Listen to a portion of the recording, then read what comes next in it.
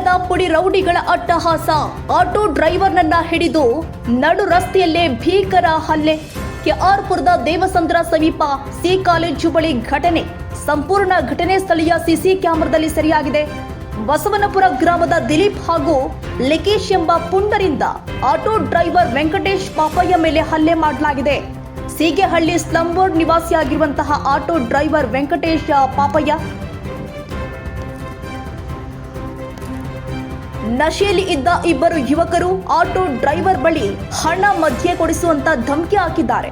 ಮದ್ಯ ಕೊಡಿಸದಿದ್ದಕ್ಕೆ ಅಮಾಯಕ ಆಟೋ ಡ್ರೈವರ್ಗೆ ಹಿಗ್ಗಾಮುಗ್ಗಾ ಥಳಿಸಿದ್ದಾರೆ. ಆಟೋದಲ್ಲಿ ಇದ್ದ ಕಟ್ಟಿಂಗ್ ಪ್ಲೇಯರ್, ಸ್ಕ್ರೂ ಡ್ರೈವರ್ಗಳಿಂದ ಮನಬಂದಂತೆ ಹಲ್ಲೆ ಮಾಡಲಾಗಿದೆ. ರಸ್ತೆಗೆ ಓಡಿ ಬಂದರೂ ಕೂಡ ಬಿಡದೆ ದೊಣ್ಣೆ ಲಾಡ್ಗಳಿಂದ ಹಲ್ಲೆ ಮಾಡಲಾಗಿದೆ.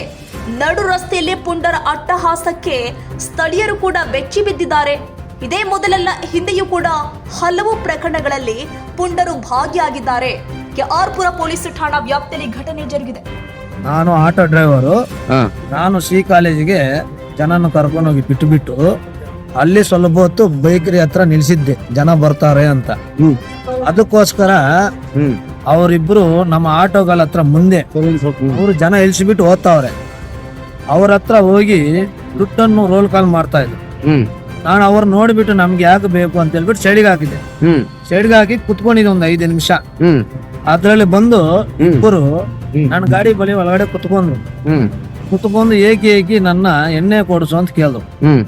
ನಾನೇನಂದ್ರೆ ನನ್ನ ಹತ್ರ ಕಾಸಿಲ್ಲ, ದಯವಿಟ್ಟು ನನ್ನ ಕೇಳಬೇಡಿ, ಹೋಗಿ ನೀವು ಮುಂದಕ್ಕೆ ಅಂತ ನಾನು ಹೇಳ್ದೆ.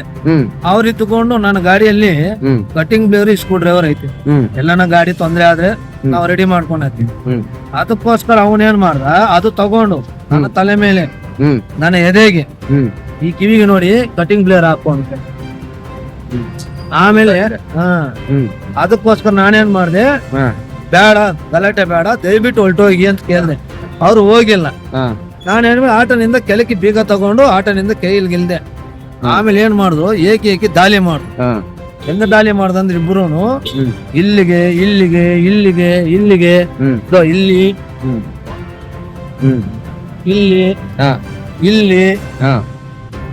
ಇಲ್ಲಿ ಬಂದಿದೆ ಎಲ್ಲ ದಾಳಿ ಮಾಡಿದ್ರು. ಅದಕ್ಕೋಸ್ಕರ ನಾನೇನು ಮಾಡ್ದೆ, ನನಗ್ ಭಯ ಆಗಿ ನೇರನೇಕ ಕೇರ್ಪುರ್ ಪೊಲೀಸ್ ಸ್ಟೇಷನ್ ಹತ್ರ ಬಂದೆ. ಸಾಹೇಬ್ರು ಕಾನ್ಸ್ಟೇಬಲ್ ನೋಡಿದೆ, ಮೆಡಿಕಲ್ ಗೌರ್ಮೆಂಟ್ ಹಾಸ್ಪಿಟಲ್ ಹೋಗಿ ಮೆಡಿಕಲ್ ಮಾಡಂತ ಹೇಳಿದ್ರು. ನನಗೆ ಗಾಬರಿ ಆಗಿದ್ದಕ್ಕೆ ನಮ್ಮ ಅಧ್ಯಕ್ಷರು ನಾಗರಾಜ್ ಅವರು, ಆಮೇಲೆ ನಾಗೇಶ್ ಅವರು ಇಬ್ಬರಿಗೂ ಫೋನ್ ಮಾಡಿದೆ. ಅವ್ರು ಏಕಿ ಎಲ್ಲಿದ್ರು 5 ನಿಮಿಷದಲ್ಲಿ ಬಂದ್ರು. ನಾನ್ ಮೆಡಿಕಲ್ ಮಾಡ್ಕೊಂಡ್ ಬರೋಷ್ಟೇ ಇಲ್ಲಿ ಬಂದ್ರು. ಆವಾಗಿನಿಂದ ಕಂಪ್ಲೇಂಟ್ ಕೊಡೋಣ ಅಂತ ಬರೆದಿ, ನಮ್ಗೆ ಗೊತ್ತಿಲ್ಲ ಬರೆಯೋದು ಹೆಂಗೆ ಅಂತ. ಯಾಕಂದ್ರೆ ನಾವು ಆವಾಗಿನಿಂದ ಲಾರಿ ಆಟೋ ಹಚ್ಕೊಂಡು ಬದುಕ್ತಾ ಇದೀವಿ.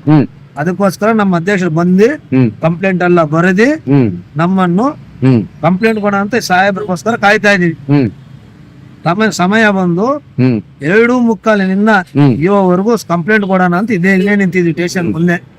ಯಾರು ಆಗ್ಲಿ ನಮ್ಮನ್ನು ನೋಡ್ತಾ ಇಲ್ಲ, ಮಾತಾಡ್ಸ್ತಾ ಇಲ್ಲ. ಸಾಹೇಬ್ ಬರ್ಲಿ ಅಂದ್ರೆ ಪೊಲೀಸ್ನವರು ಈ ತರ ಏನು ಹಲ್ಲೆಗೊಳಗಾದವ್ರನ್ನ ಈ ರೀತಿ ಕಾಡ್ಸೋದು ಯಾವ ರೀತಿ ನೋಡಿ. ಹಾಸ್ಪಿಟ್ಲ್ ಕೂಡ ಹೋಗಿದ್ದಾರೆ.